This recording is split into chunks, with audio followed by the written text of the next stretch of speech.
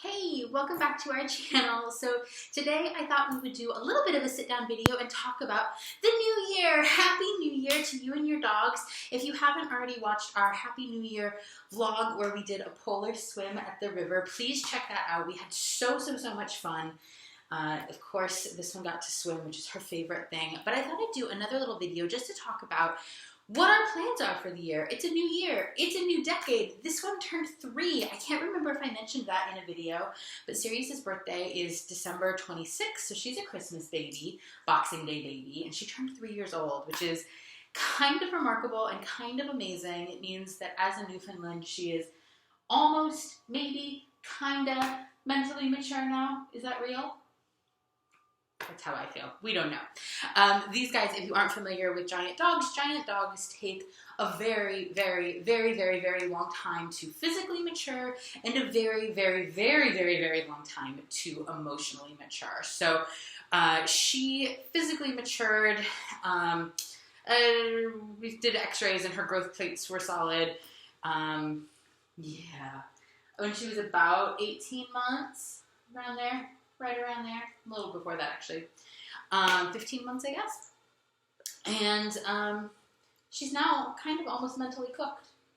But we have a lot of plans this year, and they're actually maybe a little different than I think a lot of people might expect. So right about a year ago, she finished her Trick Dog Championship title, which are fancy ribbons that are up there that are kind of out of the camera shot. And that was an amazing feat for her, for me. I'm so proud of her. She's actually only the second Newfoundland in the world to get her champion trick dog title, which is kind of awesome sauce. And we did lots of fun things last year. So last year, right around this time last year, she finished her champion trick dog title. She had just finished rehab from her double knee surgery, which was last October, so it was right around now she went back for her final recheck from surgery or from her physical therapist after surgery and was totally cleared. What else did we do last year? We went to Clicker Expo, which is an amazing dog training conference. She spent the weekend hanging out with me at the conference. I have some video footage on our old channel that I need to figure out how I want to move that old footage here, if I do want to move that old footage here, or if I want to leave it on my Tricks in the City channel. If you have thoughts, let me know in the comments. I'm still juggling this multi-YouTube channel thing and this channel becoming dog channel. And those were big things we did early last year. She went to her first rally obedience competition. And we had a ton of fun. We went on tons and tons of adventures. We went to the beach a ton of times. We went to the river a bunch of times. We went to, oh my gosh, we went to markets. We went to dog charity walks. We did bunches of fun things last year. Tons and tons of fun. And we learned a bunch. She learned so many tricks last year. And this year, we're going to have a ton of fun too. I'm super excited. Last year also came with a bunch of challenges. We had just finished our cross-country move. We moved into our dream house, which is where we are now, in our dog room, which having a dog room, having a space to dedicate to training is just like a dream come true for me. You gonna go? Okay. You know, it's what I've certainly always wanted as a dog person. And so you want to come back to bed? I know. I'm on the dog bed. She's like, you know, having that has been such a dream, and it was a busy year. Also had a lot. I know you didn't know I had cookies. Also had, you know, really hard things happen where her sister, my dog Charlotte, passed away in October, and that was really devastating, and still is really hard. We released 3 dog books last year. Healing, which is my hybrid creative nonfiction poetic dog memoir. Released a picture book for dogs in partnership with Willie Chin called William to the Rescue. And then our book, Tricks in the City for Daring Dogs and the Humans That Love Them, which is a trick dog training book. And it's currently a finalist for 2 awards with the Dog Writers Association of America.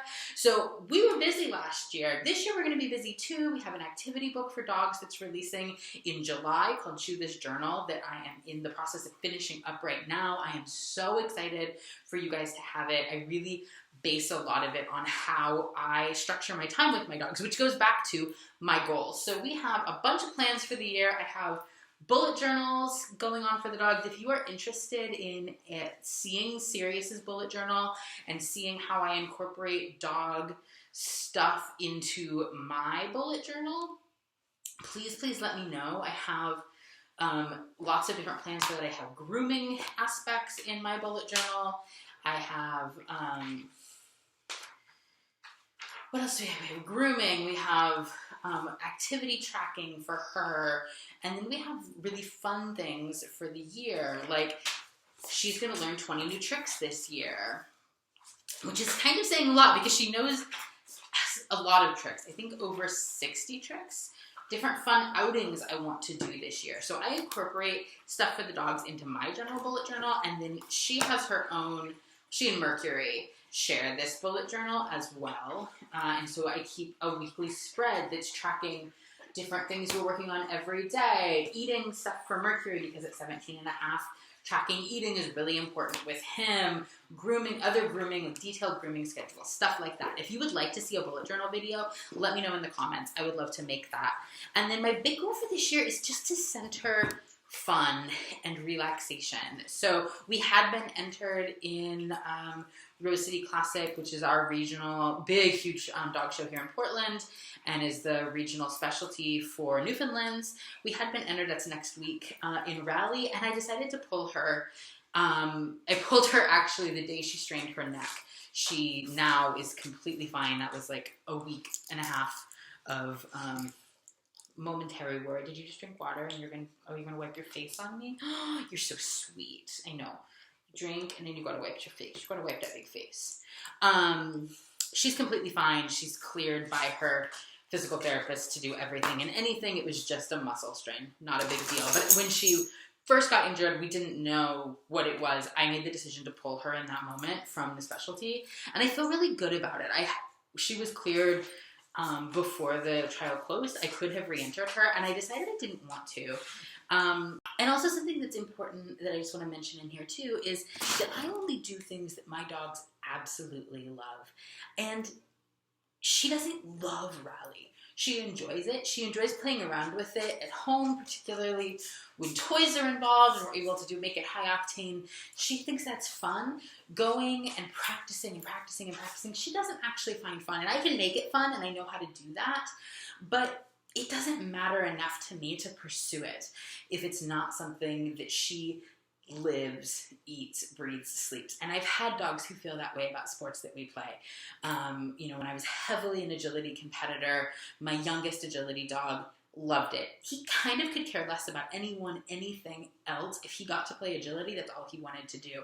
And dogs feel that way about some sports. Some dogs feel that way about some sports. And I think that's amazing. And I've had dogs like that. But if I have to build a dog's interest in the sport really heavily, I'm not that invested in it. What I want to do is find the things my dogs love to do. And my dog likes bumming around with me. She likes learning tricks. She likes going on outings and adventures and going swimming. And so that's what we're going to do in 2020 because life's really short. And I know that, and I've always known that.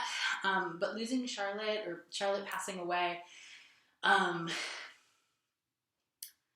really brought that home for me in a big way. And this little girl's had an incredible 3 years of life already. She's a baby, and she's also gone through some massive medical stuff, and I want her to have the most fun possible. And so that's what we're going to do. We're going to do games and tricks and things she thinks like are the best, and we're going to go on adventures, and we're going to play, and I'm not going to ask her to really work hard at things that don't matter that much to me, that she would only be doing because of me.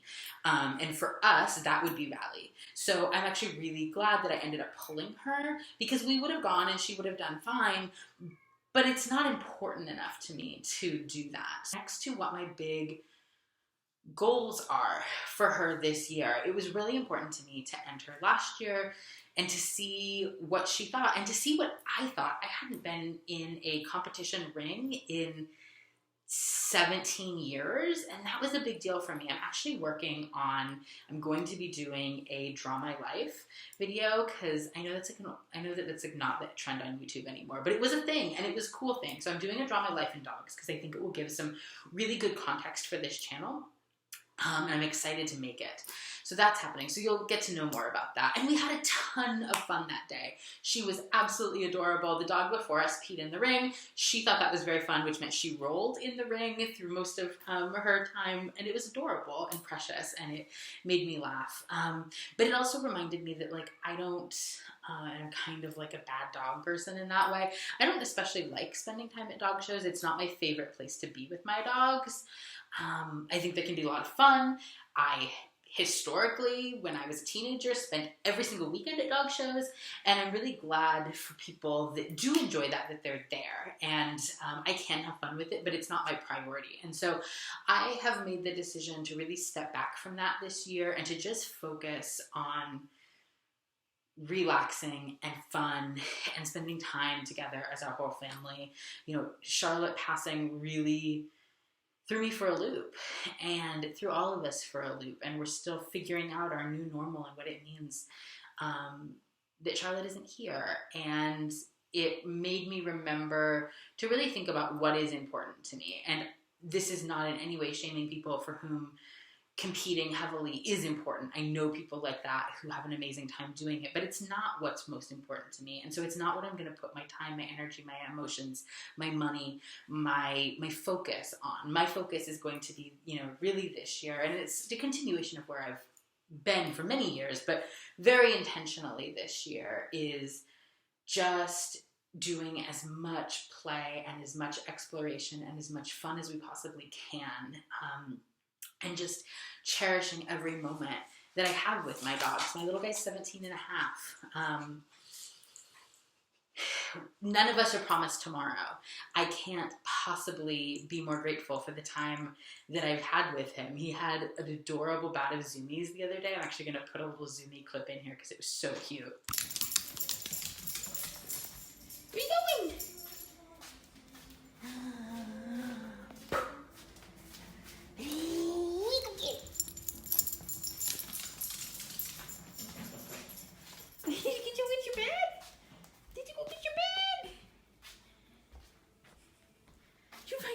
Like, does it get cuter than that? That's 17 and a half years old.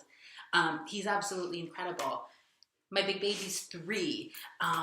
She's finished all the titles that I could possibly care about. What I want to do is just have fun. Tricks are my favorite sport. We've done everything I want to do in tricks, and she loves it. We're going to keep learning tricks for fun. We don't need titles to do that. And we're going to go on so many adventures this year. I'm really excited to spend more time outside with her, to spend more time here in our training room, just putting together some fun trick routines that just make us laugh. And that's what it's about for me. It's never about the ribbons or the medals or the titles, any of that. It's just about playing with my dog. It's what I enjoy doing.